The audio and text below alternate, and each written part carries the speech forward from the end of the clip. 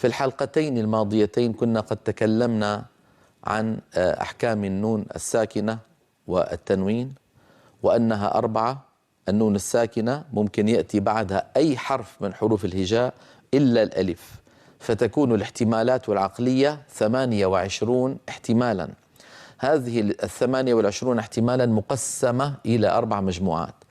المجموعة الأولى هي حروف الإظهار، وهي حروف الحلق 6: الهمزة والهاء والعين والحاء والغين والخاء. والمجموعة الثانية أيضا فيها 6 ولكنها حروف يرملون، تدغم فيها النون الساكنة والتنوين، وهذا الإدغام يكون على نوعين: إدغام بغنة في حروف ينمو أو في حروف يؤمن نفس الشيء، وإدغام من غير غنة يعني إدغام كامل في اللام والراء.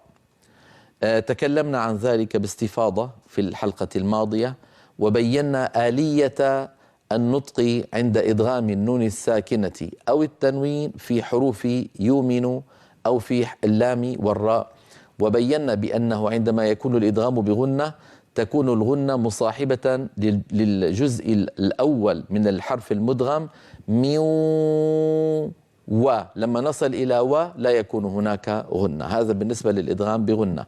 أما الإدغام بلا غنة فإن كقوله تعالى مثلا من لدنه أو من ربك، فإن النون تتحول بجزئيها اللساني والخيشومي إلى الحرف الآتي بعدها، سواء كان الحرف الآتي لاما أو راء.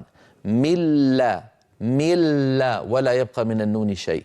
مرة يصير النطق براء مشددة ولا يبقى من النون شيء.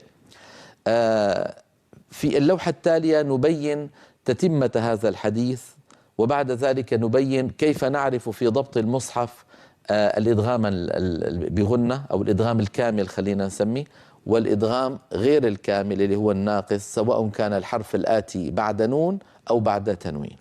الآن سنرى لوحة تبين لنا بالنسبة للإدغام بغنة وبغير غنة حالة النون بجزئيها، لأن النون كما نعلم لها جزءان: جزء لساني وجزء خيشمي. ننظر إلى اللوحة فنرى مكتوب في العنوان: وضع النون الساكنة بجزئيها حالة الإدغام بنوعيه.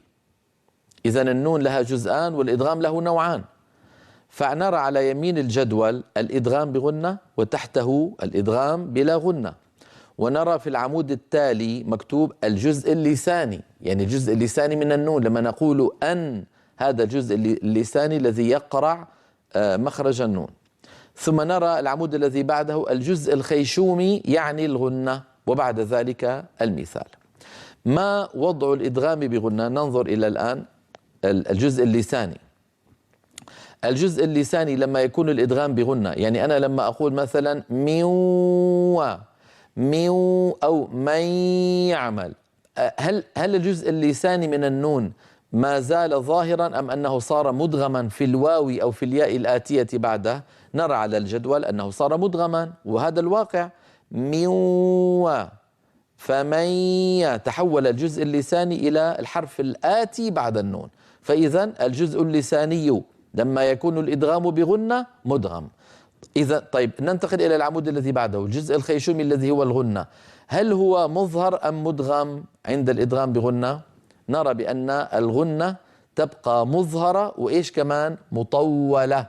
لما نقول من ولي ولا نصير، الغنة بقيت، ليس فقط بقيت بل طولت وصارت ممطوطة كما ذكرنا في الحلقة الماضية. مثال ذلك كما نرى على اللوحة الآن: من ولي من، فننتقل في النطق من الميم من كلمة من إلى الواو من كلمة ولي، ولا يبقى من النون التي لونها أزرق إلا غنتها.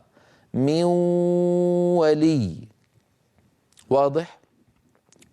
السطر الذي تحته يبين لنا وضع الجزء اللساني لما يكون الإدغام من غير غنة، كقولنا مثلا من ربك.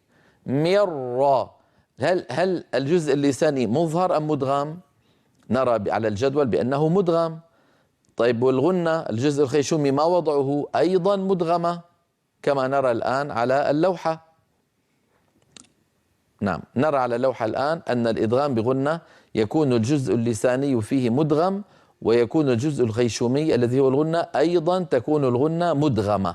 إذن لم يبق من النون شيء، لأن جزئيها أدغما، الجزء اللساني والخيشومي. ملا، مر، لم يبق من النون شيء. المثال كما نرى الآن: من ربك، مر. انظروا كيف أنني أنتقل عند النطق من الميم إلى الراء مباشرة، ولا يبقى من النون شيء، لا جزءها اللساني ولا غنتها. من ربك. وكذلك اللام: من لدنه، ملا، ما يبقى من النون شيء. إذن هذا هو وضع النون بجزئيها حالة الإدغام بنواحي.